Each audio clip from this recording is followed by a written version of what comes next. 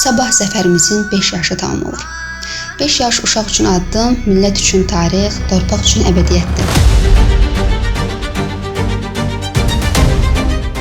Uşaq, millət və torpaq gələcək deməkdir. Zəfərin 5 ilinə 1000 ilin qüruru sıxışıb. 5 il əvvəl bu xalq öz qanı ilə, öz iradəsi ilə, öz ruhu ilə tarixinin ən böyük səhifəsini yazdı. O gün Qarabağ azad oldu. İlk baxışdan elə görünürdü ki, bundan böyük qalibiyyət yoxdur. Əslində isə daha böyük qələbəmiz vardı. Mənəvi əsarətdən qurtulduq, məğlubiyyət psixologiyasından azad olduq. Məğlubiyyət məhv edildi. Torpağın altına gömüldü. Tarixin üst qatında millətin dirçəliş günəşi kimi işıq saçdı. Bu o deməkdir ki, 5 il əvvəl tarixi günümüzə gətirdik. Bu il məğlubiyyət sindromunu qırdığımızın 5-ci ilidir. Bu il işğal günlərini təqvimlərdən sildiyimizin 5-ci ilidir. Bu il şəhid ruhların Qarabağda, Şərqi Zəngəzurda şad dolaşdığının 5-ci ilidir. Bu illər daha çox məcburi köçkünlüyə son qoyan, qüruruna dönən insanların illəridir. 5 il əvvəl İlham Əliyev qanuna qaşığa qoydu. Qarabağ azad ediləcək, Qarabağ Azərbaycandır və nida dedi. Və 5 il əvvəl dünya eşitdi, gördü ki, Azərbaycan dediyini eləyir. Bu 5 ildə qan təzələndi, can təzələndi, iman təzələndi, xalq təzələndi. Qarabağ təzələndi, insan təzələndi, ruh təzələndi.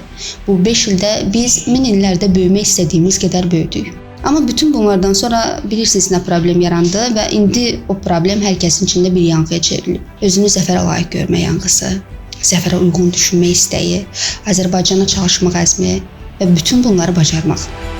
Axı qalib millətin vicdanı məğlub insanınki kimi olmur, fərqli olur. Bu 5 ildə vətən anlayışı da dərinləşdi. Torpaq daha da müqəddəsləşdi, qürur daha canlı oldu, millət daha da bütövləşdi.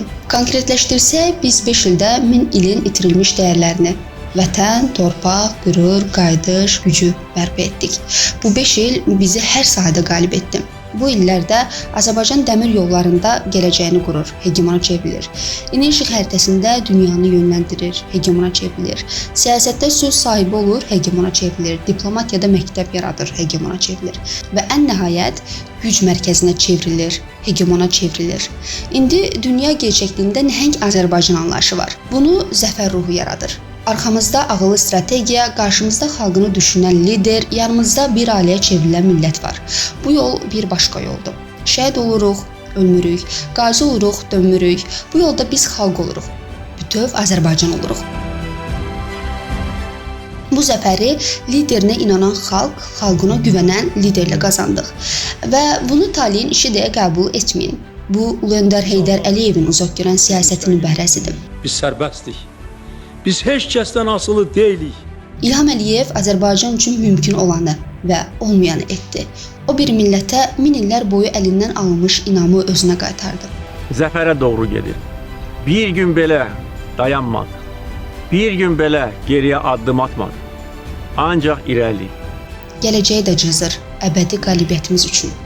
Zəfər xoşbəxtlikdir, zəfər gücdür, qürurdur. Zəfər Şuşadır, Kəlbəcərdir, Xankəndidir. Zəfər Təbrizə gedən yoldur. Zəfər yaxşı gələcəkdir. Bu 5 il bir millətin yenidən doğuluş salnaməsidir. 5 ildə qalibiyyəti dərk etdik, qüruru daddıq, birliyi yaşadıq. Qalib olmaq çox yüksəklikdə dayanmaqdır. Özgüvəndir, perspektivdir. Biz artıq başqa millətik. Qorxu, şikayət, keçmişdə qaldı.